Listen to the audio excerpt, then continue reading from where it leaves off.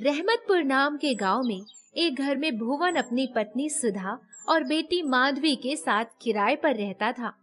वो मूर्तियां बनाने का काम करता था। उनकी बनाई हुई मूर्तियां आदम कद की और बहुत ही खूबसूरत होती थी। उसे बेचकर जो कुछ भी मिलता उसी से उसका गुजर बसर हो जाता। पूरा परिवार मूर्तियां बनाने में लगा रहता। सुधा को हमेशा माधवी के विवाह की चिंता सताती रहती। कई बार बात चली पर दहेज को लेकर बात नहीं बन पाई। इतनी खूबसूरत है हमारी बिटिया, पर पता नहीं कब इसके नसीब में विवाह का योग है। हम इतना दहेज कहाँ से लाएंगे? कुछ ही महीने के बाद सुधा 2-3 दिन की बीमारी के बाद ही चल बसी। भुवन और माधवी का काम करने का उत्साह ठंडा पड़ गया। कई महीने गुजरने के बाद भुवन ने अपने बेटी से कहा, हम कब तक हाथ पर हाथ धरे बैठे रहेंगे? कुछ तो करना ही होगा। माधवी, आज तुम मेरे सामने बैठो, मैं तुम्हारी मूर्ति बनाता हूँ। बाबूजी, माँ तो कहती थी मूर्ति उनकी बनाई जाती है जो इस दुनिया में नहीं रहते। अरे नहीं, तुम्हारी माँ को मैं जब भी बैठने को कहता था तो वो इसी बहाने बात को टाल दिया करती थी। एक बार मैंने उसकी मूर्ति बनाने की कोशिश की थी, पर वो आधे में ही उठकर चली गई। तब से मैंने उसको कहा ही नहीं। बाबूजी, वो अधूरी मूर्ति कहाँ है? चल, तुझे दिखाता हूँ। दोनों एक हालनुमा कमरे में गए। भुवन ने कपड़े से ढकी मूर्ति पर से कपड़ा हटाते हुए कहा, ले देख। माधवी वो मूर्ति देखते ही रह गई। वो इतनी खूबसूरत थी कि उसकी आंखें वहां से हट ही नहीं रही थी। बाबूजी, चलिए इसमें रंग भरते हैं, इसके बाद आप मेरी मूर्ति बना लीजिएगा। दोनों ने मिलकर मूर्ति में रंग भरना शुरू किया। जैसे ही उस मूर्ति के वस्त्रों और आभूषणों में रंग भरा, वो मूर्ति एकदम साकार हो उठी और ऐसा लगा जैसे वो बोल पड़ेगी। माँ के गले में पड़ी सुनहरी माला देखकर माधवी बोली, बाबूजी, माँ की यह सुनहरी माला मैं पहन लूं? वो सोने की थोड़ी है, ये तो मूर्ति के ऊपर मैंने ही डाल दी थी, क्योंकि तेरी माँ को सोने की मोतियों वाली माला की बहुत इच्छा थी। एक बार जब मैं मूर्तियां बेचने गया था तो तब एक गरीब बुढ़िया पर तरस खाकर खरीद लिया था, लेकिन तेरी माँ इसे सोने से भी ज्यादा संभाल कर रखती थी।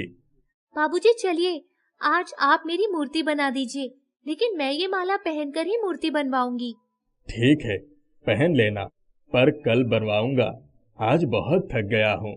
दूसरे दिन माधवी पूरे दिन माँ की मूर्ति के गले में पड़ी सुनहरी माला पहनकर बैठी रही और भुवन ने उसकी मूर्ति बना दी। बाबूजी, ये तो बहुत ही खूबसूरत मूर्ति बनी है, लेकिन मैं अब ये माला हमेशा ही पहनूंगी। तभी दरवाजे पर ठाकुर प्रताप सिंह का आदमी आया और उसने कहा, भुवन बाबू, ठाकुर साहब ने अपनी बेटी रत्ना की शादी का न्योता भेजा है और कहा है बिटिया को भी आना है। मैं तो नहीं जाऊंगी, वहाँ कितने बहुमूल्य वस्त्रों और आभूषणों से सजी महिलाएं होंगी। मेरे पास तो माँ की पुरानी एक ही रेशमी साड़ी है। अरे, तुम जिस जगह पर पहुँच जाती हो तो तुम्हें देखकर वैसे ही लोग मुग्ध हो जाते हैं। तुम्हें तो ईश्वर ने खुद अपने हाथों से गढ़ा है। तुम कुछ भी पहन लो, सबसे सुंदर तो तुम ही लगोगी। बाबूजी, छोड़िए भी, बातें बनाना कोई आपसे सीखे। अच्छा चलिए, मैं चलूंगी। माधवी ने माँ की रेशमी लाल साड़ी पहन ली, हल्का सा मेकअप कर लिया और गले में माँ की सुनहरी माला पहन ली। अरे, इस सुनहरी माला और साड़ी में तो मेरी बिटिया बहुत सुंदर लग रही है। माधवी भुवन के साथ जब हवेली पहुंची तो वाकई लोग उसे देखकर आश्चर्यचकित हो गए। ठाकुर साहब की दूसरी बेटी, अरे माधवी, तुम तो बहुत ही सुंदर लग रही हो। माधुरी, तुम्हारे खूबसूरत गहनों के सामने मेरे परिधान और ये माला कैसे अच्छे हो सकते हैं? अपनी शक्ल तो देखो, काला रंग, ऊपर से पीला लहंगा, ऐसा लग रहा है सरसों के खेत में भैंस खड़ी है। ऊपर से पीले चमकीले सोने के आभूषण। कुछ कहा तुमने? नहीं नहीं, मैंने तो कुछ नहीं कहा। मैं तो यही कह रही थी कि तुम्हारा लहंगा कितना खूबसूरत है। माधवी, चलो, दीदी की जयमाला का समय हो गया है। चलो, तुम भी चलो। ना बाबा, मैं क्या करूंगी वहां जाकर, तुम जाओ। माधुरी उसका हाथ पकड़कर जबरदस्ती ले गई। ठकुराइन ने माधवी को देखते ही कहा, माधुरी, इसको कहाँ से ले आ रही है? ये इतनी खूबसूरत है कि कहीं लड़के का मन इसी पर ना आ जाए, वो इसी को जयमाला न डाल दे। माधवी ने उनको कानाफूसी करते देखा तो वहां से खिसक गई। वो चुपचाप आकर एक जगह पर बैठ गई। उसके बगल वाली कुर्सी पर एक बूढ़ी औरत बैठी थी। उसने माधवी से कहा, तुम कहाँ रहती हो बेटी? आप मुझसे कुछ कह रही हैं? हाँ हाँ, मैं तुमसे ही पूछ रही हूँ। जी बगल में ही मेरा घर है। मेरे बाबूजी मूर्ति बनाते हैं। कल ही उन्होंने मेरी एक मूर्ति बनाई है। अच्छा, क्या नाम है तुम्हारे बाबूजी का? जी भुवन। कल दोपहर को मैं तुम्हारे घर आऊंगी और मूर्ति देखूंगी। जी ठीक है। तभी शोर मचा और सारे लोग जयमाल देखने के लिए उठ गए। अम्मा आप भी चलिए ना। नहीं नहीं बेटी, तुम जाओ, मैं यहीं ठीक हूँ। मैं उतनी दूर नहीं चल पाऊंगी। चलिए मैं आपको लेकर चलूंगी। माधवी ने उन्हें सहारा देकर जयमाल के स्टेज के सामने पड़े सोफे पर बिठा दिया और खुद खड़ी होकर जयमाल देखने लगी। जयमाल देखने के बाद जब वो वहां पहुंची तो बूढ़ी अम्मा वहां नहीं थी। वो भुवन के पास आ गई। बाबूजी अब चलिए खाना खा लेते हैं और घर चलते हैं। हाँ बेटी, मैं तुम्हें ही ढूंढ रहा था, कहाँ चली गई थी? माधवी ने उस बूढ़ी औरत से बहुत सारी बातें बताई। वो लोग खाना खाने के लिए गए और खाना खाकर अपने घर आ गए। दूसरे दिन जब वो सुबह सुबह ही रसोई में खाना बना रही थी, तभी दरवाजे पर दस्तक सुनाई पड़ी। उसने दरवाजा खोला तो सामने ही कल वाली बूढ़ी औरत खड़ी थी। आप इतनी सुबह सुबह? हाँ बेटी, मैं मूर्ति देखना चाहती हूँ। आइए आइए। वह उनको सहारा देकर ले आई और तखत पर बिठा दिया। बाबूजी देखिए कौन आया है। भुवन के हाथ मूर्ति बनाने में लगे हुए थे। अभी आया। चलो मुझे वहीं ले चलो जहाँ मूर्तियां रही। हॉल में बहुत सारी सजीव मूर्तियों को देखकर वो औरत आश्चर्यचकित हो गई। ये मूर्तियां मुझे खरीदनी हैं। सारी मूर्तियों का कितना दाम है? अब माझी, इन बेजुबान मूर्तियों का आप क्या करेंगी? मेरे पास इतना समय नहीं है। सब अच्छे से पैक कर दो। मैं तुम्हें इनकी मुंह मांगी कीमत देने को तैयार हूँ। आप जो उचित समझे दे दीजिए। उस औरत ने अपने पर्स में से 25,000 रुपए निकालकर भुवन के हाथ में रख दिए। इतनी रकम तो उसने आज तक देखी ही नहीं थी। माधवी और उसकी माँ की मूर्ति छोड़कर भुवन ने सारी मूर्तियों को पैक कर दिया। इन दोनों का कितना दाम है? नहीं माझी, ये तो मैंने अपनी पत्नी और बेटी की मूर्ति अपने लिए ही बनाई थी। ठीक है, पर मुझे तो ये बहुत अधिक पसंद है। इसकी मैं तुम्हें 20,000 रुपए देने के लिए तैयार हूँ। लेकिन माझी। बाबूजी दे दीजिए ना, ऐसी मूर्ति आज आप फिर बना लीजिएगा। भुवन ने उसको भी पैक करके दे दिया और वो औरत बोली, अभी मैं किसी को भेजकर ये सारी मूर्तियां मंगवा लूंगी। और हाँ, अब से आप लोग जितनी भी मूर्तियां बनाएंगे वो सारी मूर्तियां मैं खरीद लूंगी। यह कहकर वो चली गई। थोड़ी ही देर में 2 आदमी आए और मूर्तियां लेकर चले गए। भुवन और माधवी की खुशी का ठिकाना नहीं था। बार बार पैसे गिन रहे थे। बाबूजी, इसके पहले तो हमने बहुत मूर्तियां बनाई हैं, पर ऐसा खरीदार तो कभी नहीं मिला। हाँ, नया तो कुछ भी नहीं है, पर जब से तूने ये सुनहरी माला पहनी है तब से ही कुछ न कुछ अच्छा क्या बहुत अच्छा हो रहा है।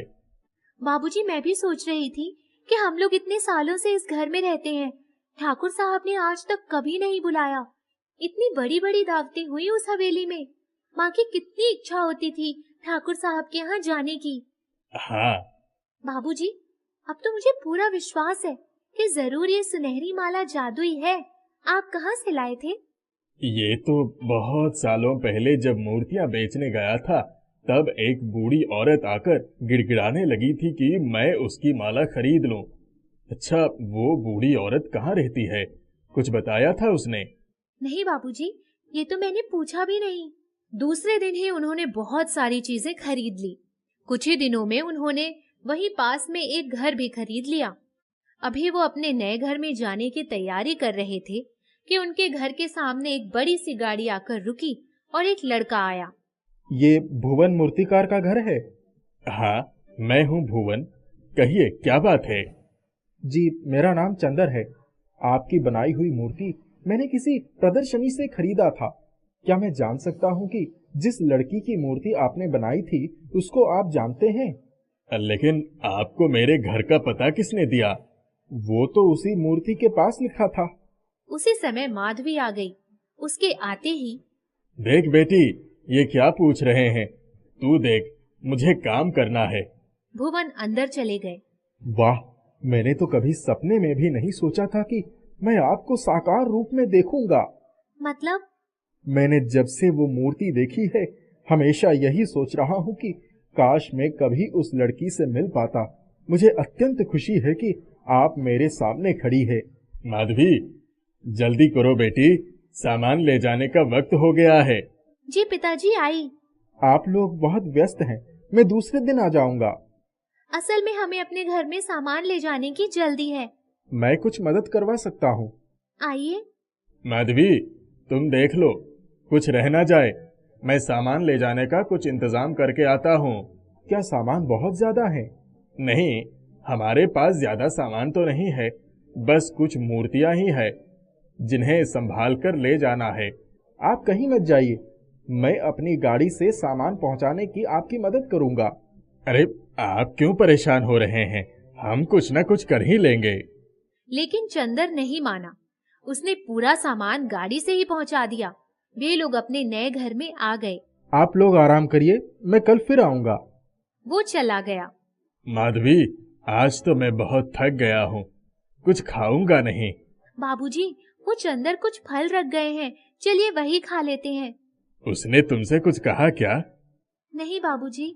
दूसरे दिन सुबह सुबह ही चंदर अपने साथ बहुत सारा खाने पीने का सामान लेकर आ गया। अरे, इतना सारा सामान? बाबूजी, मैं आपको बाबूजी कह सकता हूँ? हाँ हाँ, क्यों नहीं। बाबूजी, मैं आपसे एक विनती करना चाहता हूँ। हाँ, बोलो। मैं माधवी से शादी करना चाहता हूँ। बेटा, हम तो बहुत गरीब हैं, कहाँ तुम कहाँ हम। बाबूजी, आप इसकी चिंता मत करें, आपका कोई खर्च नहीं होगा। मेरी बेटी तुम्हारे साथ बहुत खुश रहेगी। कुछ दिनों में ही दोनों की शादी हो गई। दोनों बहुत खुश थे। चंदर के माता पिता नहीं थे, इसीलिए वो भुवन को भी अपने साथ ले गया। जादुई सुनहरी माला ने माधवी का जीवन बदल दिया। ख्याति एक अनाथ बच्ची थी। छोटी सी उम्र में ही उसकी माँ ने उसे एक अनाथ आश्रम के पास छोड़ दिया था और खुद आत्महत्या करके इस दुनिया से विदा हो गई। दरअसल ख्याति एक बिन ब्याही माँ के कोख से जन्मी बच्ची थी। समाज के डर के मारे उसने ये कदम उठाया था। ख्याति की मौसी लता को जैसे ही पता चला कि वो एक अनाथ आश्रम में है, वो उसे वहां से निकालकर अपने साथ अपने घर ले आई। लता के हाथों में बच्चा देख लता का पति सुधीर आश्चर्य में पड़ गया। ये बच्ची किसकी है? तुम कहाँ चली गई थी? सुबह से मैं तुम्हें ढूंढ रहा हूँ। ये बच्ची मुझे रास्ते में पड़ी हुई मिली। उसे रोता देख मुझसे रहा न गया और मैं उसे अपने साथ ले आई। लता अपने पति से झूठ कहती है क्योंकि वो नहीं चाहती थी कि उसकी मरी हुई बहन का नाम बदनाम हो। अच्छा हुआ तुम इसे अपने साथ ले आई। बेचारी बच्ची कितनी मासूम है, न जाने कैसी निर्दयी माँ है जिसने ऐसी फूल सी बच्ची को सड़क पर मरने के लिए छोड़ दिया। सुधीर और लता ख्याति को अपनी बेटी की तरह पालने लगे। कुछ ही समय में ख्याति उनकी लाडली बन गई। एक दिन लता श्रृंगार कर रही थी, तभी नन्ही ख्याति ने अपने लड़खड़ाते कदम से अपनी माँ के पास आई और वहां रखा हुआ नेल पॉलिश लेने लगी। उसकी ऐसी मासूम हरकत देख लता मुस्कुराए बिना नहीं रह सकी। अले मेरी नन्ही परी को क्या चाहिए? आपको ये नेल पॉलिश लगानी है? हाँ माँ, मुझे नेल पॉलिश लगा दो। लता अपनी छोटी सी गुड़िया को नेल पॉलिश लगाती है। अपनी माँ को देखकर ख्याति को भी मेकअप और नेल पॉलिश से लगाव हो गया था। वो आए दिन अपनी माँ से नेल पॉलिश लगवाने लगी। कई साल बीत गए और देखते ही देखते वो बड़ी हो गई। एक दिन सुधीर और लता आंगन में बैठे हुए थे, तभी उनकी एक पड़ोसन उनके घर आती है। नमस्ते भाभी जी, कैसी हो? मैं बिल्कुल ठीक हूँ, बताइए कैसे आना हुआ? अरे भाभी जी, आपकी बेटी के लिए मेरे पास एक बहुत ही बढ़िया रिश्ता आया है। आप कहो तो बात आगे बढ़ाओ। लड़का बहुत ही बड़ा खानदान से है। आपकी बेटी राज करेगी, राज। लता और सुधीर रिश्ते की खबर सुनकर खुश हो जाते हैं। तभी सुधीर पड़ोसन से कहता है, अरे भाभी, अगर आप लड़के और उसके परिवार को जानते हैं तो इससे अच्छी बात और क्या हो सकता है। हमें शादी से कोई आपत्ति नहीं है, लेकिन पहले मैं अपनी बेटी ख्याति से इस बारे में बात कर लूं। उसे कोई आपत्ति तो नहीं है तो हम उसकी शादी करवा देंगे। सुधीर और लता अपनी बिटिया ख्याति को रिश्ते की बात बताते हैं। ख्याति अपनी माता पिता की हर बात मानती थी। आप लोग तो जानते ही हो कि मैं आपकी कोई भी बात को नहीं टालूंगी। वैसे भी आज तक आप लोगों ने मेरे लिए जो कुछ भी निर्णय लिया है वो हमेशा सही ही रहा है। तो शादी जैसे महत्वपूर्ण निर्णय आपने कुछ सोच समझकर ही लिया होगा, इसलिए मुझे ये रिश्ता मंजूर है। हमें तुमसे यही आशा थी। अब जब तुम हाँ कह ही दिया है, हम बिना किसी देरी के लड़के और उसके परिवार से मिलकर तुम्हारी शादी तय कर देते हैं। आपकी खुशी में ही मेरी खुशी है पिताजी, जैसा आप ठीक समझे। सुधीर और लता लड़के वालों से मिलने उनके घर जाते हैं। वहां जाकर उन्हें लड़का और उनका परिवार दोनों ही बहुत पसंद आता है। वे तुरंत मुहूर्त निकालकर उनकी शादी पक्की कर देते हैं। कुछ दिनों बाद ख्याति की शादी हो जाती है। वो विदा होकर अपने ससुराल चली जाती है। शुरू में ख्याति अपने ससुराल में काफी खुश थी, लेकिन धीरे धीरे उसे अपने पति रोहन की असलियत पता चलने लगी। रोहन को जुआ खेलने का बहुत शौक था और वो रोज रात दारू पीकर घर आता और ख्याति को मारता था। एक दिन अपने जुए की लात के कारण रोहन अपना सब कुछ हार जाता है। रोहन की माँ को इस बारे में जानकारी मिलती है। मुझे तुझे अपनी माँ कहते हुए शर्म आ रही है। 1000 बार समझाया था तुझे कि ये सब बुरे काम छोड़ दे, ये सब चीजें तुझे सिर्फ ले डूबेगी, लेकिन तूने मेरी एक ना सुनी। रोज रात आकर मेरी बहू को मारता पीटता है। तू निकल जा यहाँ से। तूने तो हमें कहीं का नहीं छोड़ा। तेरी वजह से हमारे सर से छत भी चली गई। अब क्या हमें मार कर ही दम लेगा? मुझे माफ कर दो माँ, मैं नशे में था। मेरे दोस्त ने चालाकी से मुझसे मेरा सब कुछ छीन लिया। आज मेरी लत के कारण मैंने अपना सब कुछ गवा दिया। अब मैं आप लोगों को गवाना नहीं चाहता। मत रोइए, आपने जो कुछ भी किया वो सब नशे में किया। अब से आप कसम खाइए कि आप ये सब बुरी आदतें छोड़ देंगे और अपने काम में ध्यान लगाएंगे। आज हमारे सब कुछ छिन गया है, लेकिन हमें हार नहीं माननी चाहिए। हम फिर से सब कुछ हासिल कर लेंगे। जैसे तैसे रोहन रहने के लिए एक लकड़ी की झोपड़ी बनाता है। रहने को छत तो मिल गई, लेकिन घर में अन्न का एक दाना भी न था। ख्याति ने अपनी इस हालत के बारे में अपने माता पिता से कुछ भी नहीं बताया। रोहन काम की तलाश में दर बदर भटकने लगा। वो तलाश करते करते थका हारा एक कुएं के पास बैठ अपने आप को कोसने लगा। हे भगवान, ये मैंने क्या कर दिया? कहाँ मैं एक आलीशान घर में रहता था और कहाँ आज एक झोपड़ी में रह रहा हूँ। आज मेरी वजह से मेरी माँ और पत्नी को भी कष्ट उठाना पड़ रहा है।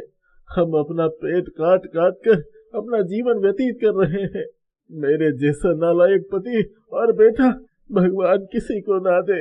रोहन बहुत पछता रहा था।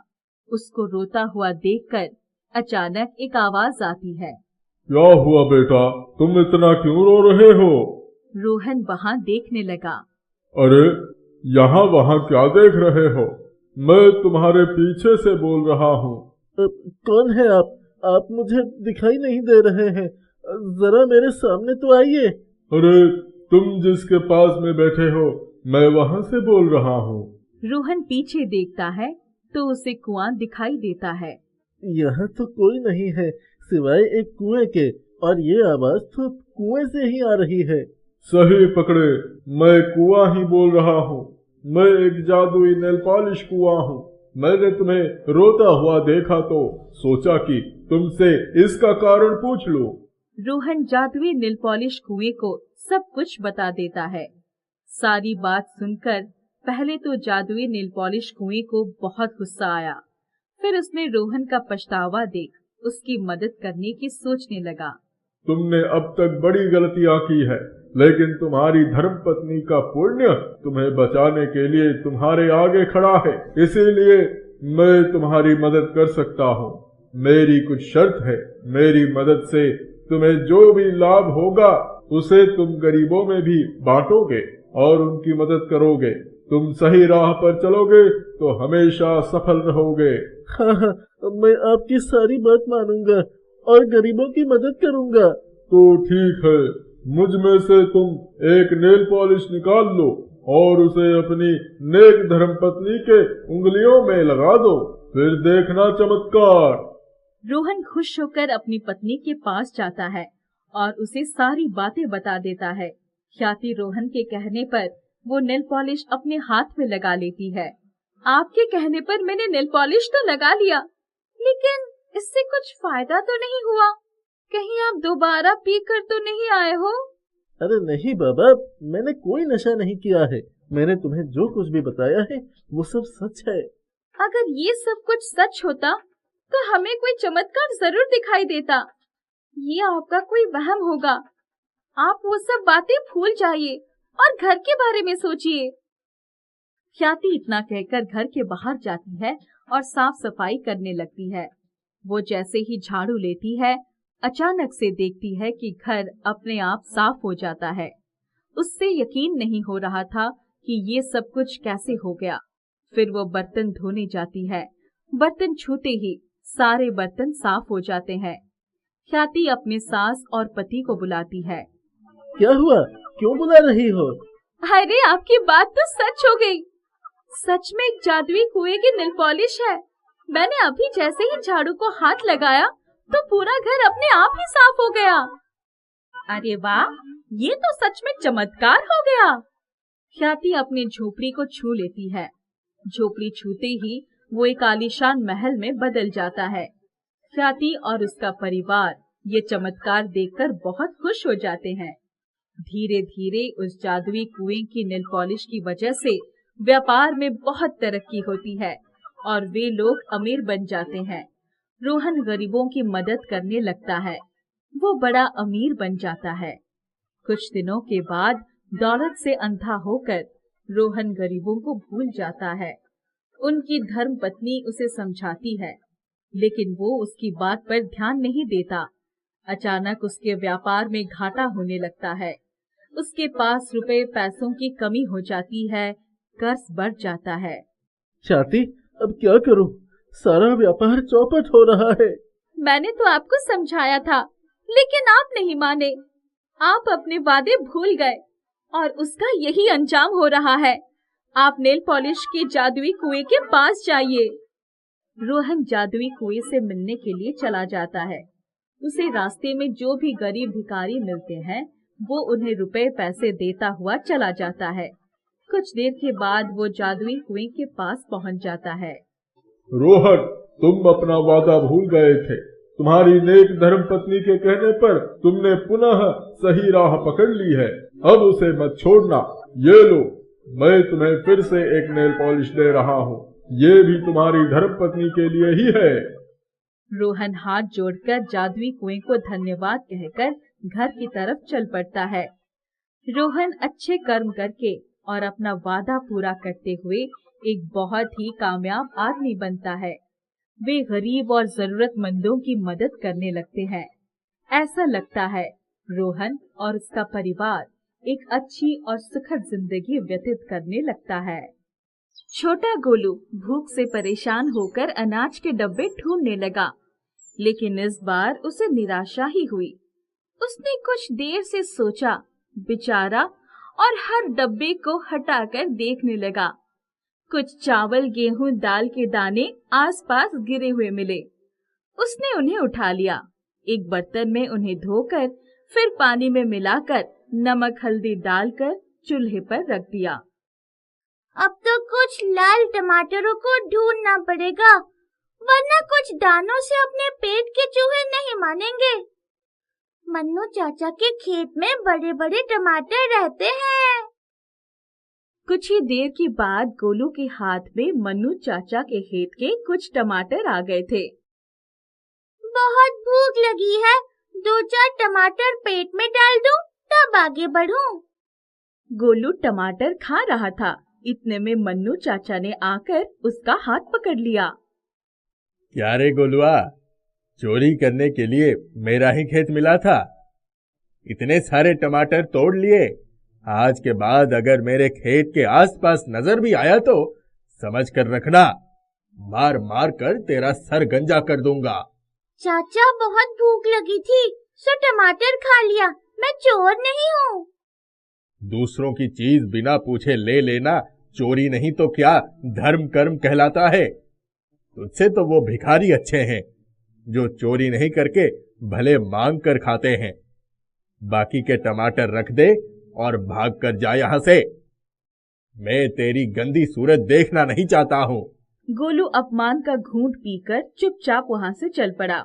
वो अपने आप को आज बहुत छोटा महसूस कर रहा था। पेट की भूख के लिए इतनी बेइज्जती होगी उसने सोचा भी नहीं था। वो रुआंसा हो गया था। क्या करूं, कहाँ जाऊं, कोई काम भी नहीं मिलता। बचपन से ही दुत्कार और गालियां ही तो मिली है। कोई रिश्तेदार भी मेरी मदद करने नहीं आता। इस जिंदगी से अच्छा होता कि मैं भी माँ बाबूजी के साथ ही मर गया होता। इस जिल्लत की जिंदगी से तो मौत बहुत अच्छी है। गोलू घर पहुंचा और उसे चूल्हे पर जलने की बू आई। अरे बाप रे, जो था वो भी गया। कुछ दाने थे वो भी खाने के काम नहीं आए। बाप रे, सब के सब जल गए। उतार कर देखता हूँ कुछ तो बचा होगा। अरे हाँ, ऊपर के थोड़े दाने बच गए हैं। मेरी गलती से सब हुआ है। भूख का मारा गोलू बेचारा उन जले हुए दाने को खाने पर मजबूर हो गया। वह उस जले हुए खाने को मुंह बनाकर खाता चला। मुंह कड़वा हो गया, लेकिन पेट को थोड़ी राहत मिली है। जिंदगी में भी बड़ी कड़वाहट है, लेकिन उसका सामना तो करना ही पड़ता है। मैं इस कड़वाहट और संघर्ष का सामना करूंगा, लेकिन चोरी नहीं करूंगा, गलत कदम नहीं उठाऊंगा। देखना है जिंदगी कितनी इम्तिहान लेती है। आज उसे अपने माँ और बाबूजी की बहुत याद आ रही थी।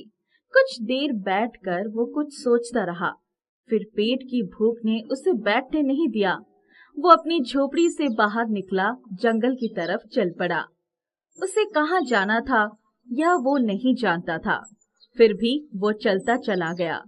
बहुत दूर चलते चलते उसे एक गुच्छेदार फलों का पेड़ दिखाई पड़ा। उसके कदम रुक गए। ऊपर वाले का शुक्र है, ये जंगल है, यहाँ के फलों का स्वाद चख ही सकता हूँ। ये कोई चोरी नहीं होगी। अरे, ये तो लीची का पेड़ है। बस फिर क्या था, गोलू ने लीची के गुच्छे तोड़ लिए। कुछ लीचियां थी और उन्हें वो ना गिनते हुए खाने लगा। रस्सेदार लीची का मजा आने लगा। बहुत मीठा स्वाद है। किसी ने सच ही कहा है, सब्र का फल ना मीठा होता है। शायद उसने भी बड़ी देर के बाद लीची जैसा फल खाया होगा। गोलू इतना कहते ही लीची के पेड़ से आवाज आई, मेरे दोस्त, हिम्मत और मेहनत का फल भी मीठा होता है। अरे वाह, तुम तो बोल सकते हो। मेरी समझ में ये नहीं आया कि किस क्षेत्र में मेहनत करूं, क्या करूं, क्या ना करूं। जहाँ चाहो वहीं मेहनत कर सकते हो। अगर इरादे पक्के हैं और हौसला बना रहे तो हर मुश्किल आसान हो जाती है। मैं जानता हूँ तुमने अपने जीवन में बहुत दुख सहा है। उन दुखों ने ही तुम्हें मजबूत बना दिया है। अब तुम्हें मजबूत कदमों के साथ आगे बढ़ना होगा। कोशिश करके देखो, सफलता अवश्य मिलेगी। आसपास नजर दौड़ाओ, रास्ता खुद ब खुद मिल जाएगा। गोलू का पेट भर गया था। उस पर लीची की बातों ने गहरा असर किया। उसने आसपास नजर दौड़ाई। ये जगह तो बहुत अच्छी है। बहुत ही प्यारा लीची का पेड़ भी है। पास में नदी भी बह रही है। सामने खाली जमीन भी है। साग सब्जी और अनाज की खेती हो सकती है। बस एक छोटी सी कुटिया बनानी पड़ेगी। जमीन को सही करके खेत बनाना होगा। अब घर चलता हूँ और सामान लेकर 1 या 2 दिन में यही बसेरा करता हूँ। दोस्त, बहुत सही राह पर निकले हो। मंजिल की पहचान भी हो गई है। गोलू अपने दुख भूल गया। उसके जीवन में नई योजना जन्म लेने लगी। वो घर गया और उसने अपने मन में नए आशियाने तो बनाने का पूरा खाका तैयार कर लिया। 2 दिन के बाद वह अपनी मंजिल की तरफ चल पड़ा। उसने एक खच्चर पर घर का सारा सामान लाद लिया था। आज वही रास्ते उसे प्यारे लग रहे थे। जब रास्ते मंजिल से ज्यादा खूबसूरत बन जाते हैं, तब सफर का मजा ही कुछ और होता है। उसके मन में नया हौसला जन्म ले चुका था। वो चलते चलते अपनी मंजिल पर पहुंच गया। उसने अपना सामान उतारा और आसपास नजर डाली तो चौंक गया। उसने पहले जहां लीची का फल खाया था, आसपास लीची के कई छोटे पौधे उगाए थे। अरे, इतनी जल्दी लीची के बीज से पौधे बन गए और बड़े भी हो गए। ये कैसी लीला है मुरली वाले की। 1, 2, 3, 4, अरे पूरे 15 पौधे हैं। हाँ, अब मुझे भी कुछ करना होगा। हिम्मत है मर्दा तो मदद है खुदा। अब मैं इन सभी पौधों को सम्मान की जगह पर लगा दूंगा। एक दूसरे के बीच में दूरी बनी रहेगी तो ये फलेंगे और बहुत सारे फल भी देंगे। गोलू ने बड़ी मेहनत करके लीची के सभी पौधे अलग अलग जगहों पर लगा दिए। उसने अपने रहने के लिए एक छोटी सी कुटिया भी बना दी। इसके बाद उसने मुड़कर देखा तो बड़ा लीची का पेड़ बहुत सारे फलों से लद गया था। प्यारे दोस्त, तुमने मेहनत की है तो फल अवश्य मिलेगा। मैं जमीन को सही करके खेत बनाना चाहता हूँ। चारों तरफ सिंचाई का इंतजाम करना चाहता हूँ, लेकिन मेरे पास साधन नहीं है, औजार नहीं है। मेरे दोस्त, मेरे फल किस दिन काम आएंगे? यही तुम्हारे लिए राह बनाएंगे। समझ गए? समझ गया दोस्त, सब कुछ समझ गया। जिसके सर पर तुम्हारे जैसे दोस्त का हाथ हो, उसकी हर मुश्किल आसान हो जाएगी। गोलू ने बहुत सारे लीची के फल तोड़े और बाजार में ले जाकर बेच दिया। बहुत ही उम्दा लीची होने के कारण भाव भी बहुत अच्छा मिला। गोलू ने अच्छा औजार खरीदे और कुछ घर का सामान खरीदा और खच्चर पर लादकर अपने निवास स्थान के पास चला आया। गोलू ने आसपास की जमीन को खेती लायक बनाना शुरू कर दिया और दूसरी तरफ लीची के छोटे छोटे पौधे बड़े होने लगे। वो बहुत ही जल्दी तैयार हो गए। वो दिन भी आ गया जब सारे लीची के पेड़ बहुत सारे फलों से सज गए। दूसरी तरफ गोलू ने साग सब्जी और अनाज की खेती भी की। उसे व्यापार में अच्छा खासा लाभ होने लगा और माली हालत सुधरने लगी। उसने एक शेरू नाम का कुत्ता भी पाल लिया। एक दिन जोरों की बरसात होने लगी। चारों तरफ पानी ही पानी नजर आने लगा। पास की नदी में बाढ़ आ गई और बाढ़ का पानी गोलू के घर तक आ गया। शेरू भौंकने लगा। गोलू घर के बाहर आ गया। अरे बाप रे, इतना पानी! सब कुछ डूब गया। चलो शेरू, यहाँ से निकलने में ही भलाई है। गोलू अपने खच्चर और शेरू के साथ वहां से चल पड़ा। लीची के पेड़ ने पास में एक ऊंचा टीला बना दिया। गोलू, सबके साथ टीले पर विश्राम करो। प्रकृति के कोप से मत डरो, सब कुछ ठीक हो जाएगा। दूसरे दिन गोलू ने देखा तो उसकी कुटिया पानी में बह गई थी। वहां कुछ भी शेष नहीं था। सारी फसल बर्बाद हो चुकी थी। हे भगवान, ये क्या हो गया? सब कुछ मिट गया। सारी मेहनत पर पानी फिर गया। सारी बचत की हुई दौलत भी बह गई। शायद इसलिए यहाँ लोग बसेरा नहीं करते। अब सब कुछ कैसे ठीक हो जाएगा? गोलू ने लीची के पेड़ की तरफ आशा भरी दृष्टि से देखा। वहां से रोशनी आई। दूसरे ही पल गोलू के लिए एक शानदार घर तैयार हो गया। शेरू आसपास दिखाई नहीं पड़ रहा था। शेरू, कहाँ चले गए? अब तो घर भी बन गया।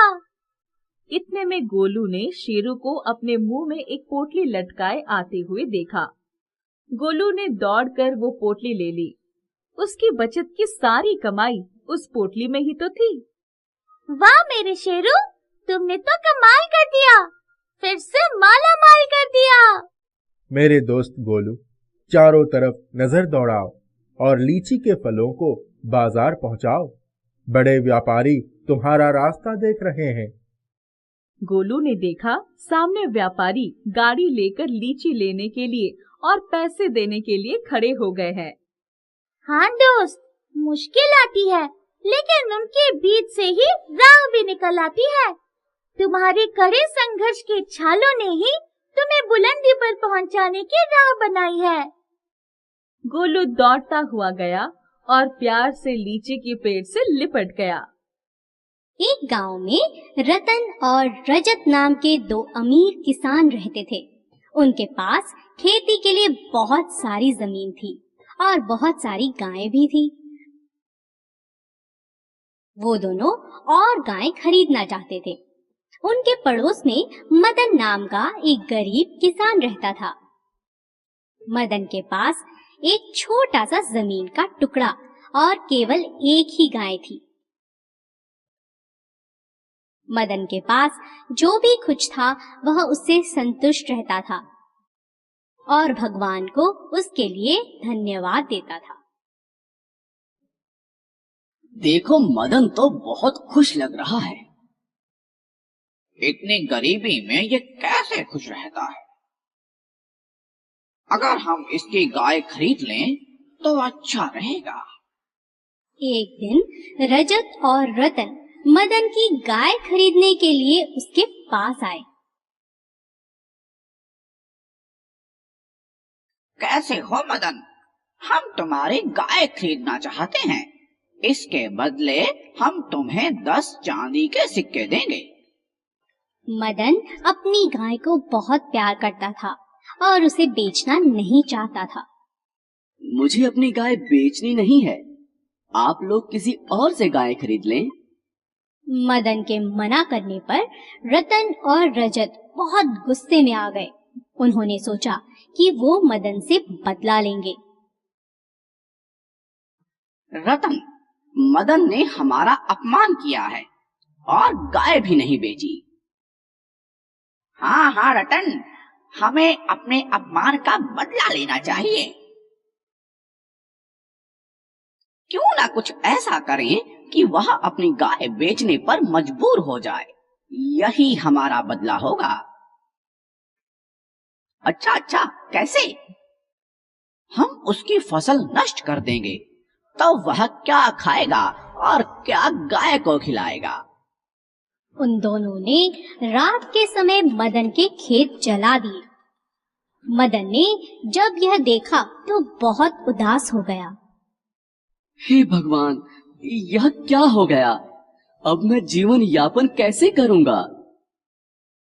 कई दिन बीत गए और मदन का सारा राशन खत्म हो गया। मदन और उसकी गाय दोनों भूखे थे। उसने सोचा, अब मैं गाय को कुछ नहीं खिला सकता, इसे बेच देता हूँ। नया मालिक इसे खाना तो देगा। अगली सुबह मदन गाय और अपनी सारी पूंजी लेकर गाय बेचने के लिए निकल पड़ा। रास्ते में उसने सोचा, मेरे पास केवल 10 सिक्के हैं। रास्ते में कोई चोर या लुटेरा मेरे ये सिक्के छीन लेगा तो बहुत बुरा होगा। मैं यह सिक्के अपनी प्यारी गाय के गले से बांध देता हूँ। थोड़ी दूर जाकर वह एक सराय में आराम करने के लिए रुक गया। सराय के बाहर उसने गाय को बांध दिया और खुद अंदर चला गया। तभी गाय के गले में बंधा चांदी का एक सिक्का नीचे गिर गया। सराय के मालिक ने सिक्का गिरते हुए देखा और सोचा, यह गाय तो चांदी का सिक्का देती है। शायद इसके मालिक को यह बात नहीं पता। क्यों ना मैं यह गाय खरीद लूं? क्या यह गाय आपकी है? जी हाँ, मेरी है। मैं इसे बेचना चाहता हूँ, इसीलिए बाजार ले जा रहा हूँ।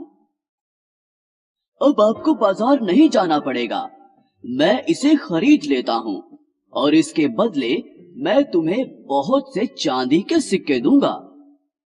बहुत से चांदी के सिक्के? ठीक है, जैसी आपकी मर्जी। सराय के मालिक से सिक्के लेकर मदन अपने घर की ओर चल पड़ा। घर पहुंचकर वह चांदी के सिक्के गिनने लगा और सोचा कि यह तो इतने सिक्के हैं कि वह अब एक नई गाय खरीद सकता है। यह तो 500 चांदी के सिक्के हैं।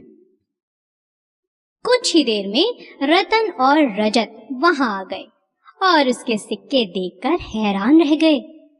अरे, इतने चांदी के सिक्के तुम्हारे पास कहाँ से आए? ये सिक्के मुझे मेरी गाय बेचने से मिले हैं।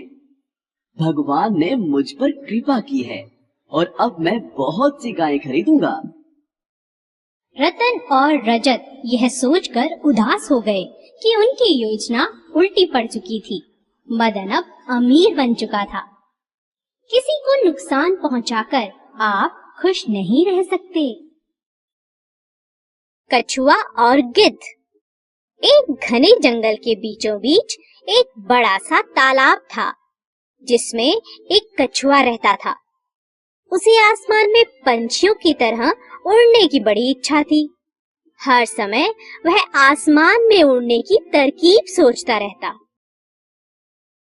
जंगल के सभी पक्षी उसी तालाब से अपनी प्यास बुझाते थे और फिर आसमान में उड़ जाते। यह सब देख कछुए की भी बहुत इच्छा होती कि वो भी आसमान में उड़ सके। पंछी आसमान में उड़ते हुए कितने प्यारे लगते हैं। आसमान में उड़ने में कितना मजा आता होगा ना। सफेद बादल, खुला आसमान, पंखों को खोलकर उड़ना कितना मजेदार होगा ना। कछुआ उड़ने के लिए बेचैन होने लगा। उसे समझ नहीं आ रहा था कि वो कैसे उड़े। दिन प्रतिदिन कछुए की यह इच्छा बढ़ती ही जा रही थी। एक दिन जब तालाब के किनारे एक गिद्ध पानी पीने पहुंचा, तो कछुए को उड़ने का एक समाधान सूझा। गिद्ध भाई, आप कैसे हो? मैं बिल्कुल ठीक हूँ। तुम कैसे हो कछुए? आज तालाब से बाहर घूम रहे हो? हाँ गिद्ध भाई, आपसे बस कुछ बात करना चाहता था। आप तो बड़े बलवान भी हैं। क्या बात है? आज बड़ा मक्खन मार रहे हो। कुछ काम है क्या? वो मेरी एक इच्छा है जो केवल आप ही पूरा कर सकते हैं भाई। इच्छा? वो क्या है? बताओ, मैं तुम्हारी क्या मदद कर सकता हूँ? गिद्ध भाई, मुझे आसमान की सैर करनी है। आप ही मेरी इच्छा पूरी कर सकते हैं। मैं? वो कैसे? और तुम्हारे तो पंख भी नहीं हैं, इसलिए तुम आसमान में नहीं उड़ सकते, समझे? अरे भाई, आप अपने बड़े बड़े पंजों में मुझे फंसा लीजिए और ऊपर आसमान में ले जाकर आसमान में छोड़ दीजिए। मैं भी उड़ने लगूंगा। धरती का नजारा देखना चाहता हूँ। भाई, प्लीज मेरे लिए ऐसा करो ना। देखो, तुम गलती कर रहे हो। तुम्हारे पंख नहीं है, तुम उड़ नहीं सकते। इससे तुम्हारी जान को खतरा हो सकता है, समझे? कुछ नहीं होगा। मैं जैसा कहता हूँ बस आप वैसा ही करते जाइए भाई। ठीक है, जैसी तुम्हारी मर्जी। कछुए की इच्छा पूरी करने के लिए गिद्ध ने कछुए को अपने पंजों में फंसाकर आसमान में सैर शुरू की और इस तरह कछुए का आसमान में उड़ने का सपना पूरा हो गया। अरे वाह, मजा आ गया। यहाँ से नजारा कितना खूबसूरत है। बादल भी हमारे कितने करीब है। बस आप थोड़ा और ऊपर जाकर अपनी पकड़ ढीली कर दीजिए गिद्ध भाई, फिर मैं भी आसमान में उड़ने लगूंगा। देखो, मैं तुम्हें फिर समझा रहा हूँ, इससे तुम्हारी जान जा सकती है। आप बस अपनी पकड़ ढीली कर दीजिए और बाकी सब मुझ पर छोड़ दीजिए, घबराइए मत। फिर देखो मैं कैसे उड़ता हूँ, मुझे कुछ नहीं होगा। गिद्ध के लाख समझाने पर भी कछुआ नहीं माना। गिद्ध ने ऊपर जाकर अपनी पकड़ ढीली कर दी और कछुआ नीचे गिरने लगा। अरे वाह, मजा आ गया, मैं भी उड़ने लगा, बहुत मजा आ रहा है। अरे अरे ये क्या मैं तो गिर रहा हूँ। अरे गिद्ध भाई बचाओ बचाओ, मुझे बचाओ। वही हुआ जो गिद्ध ने सोचा था। कछुआ बिना पंखों के भला कैसे उड़ता। अरे ये मैंने क्या किया। गिद्ध भाई ने मुझे कितना समझाया था, पर मैंने उनकी एक ना मानी। हाय, वो तो अच्छा है कि मैं अपने इस कवच की वजह से बच गया, वरना आज मैं मर ही जाता। इस तरह कछुए को अपनी गलती का एहसास हुआ। उसने इस बार बहुत बड़ी गलती की थी, लेकिन आगे से ना करने की कसम उठा ली।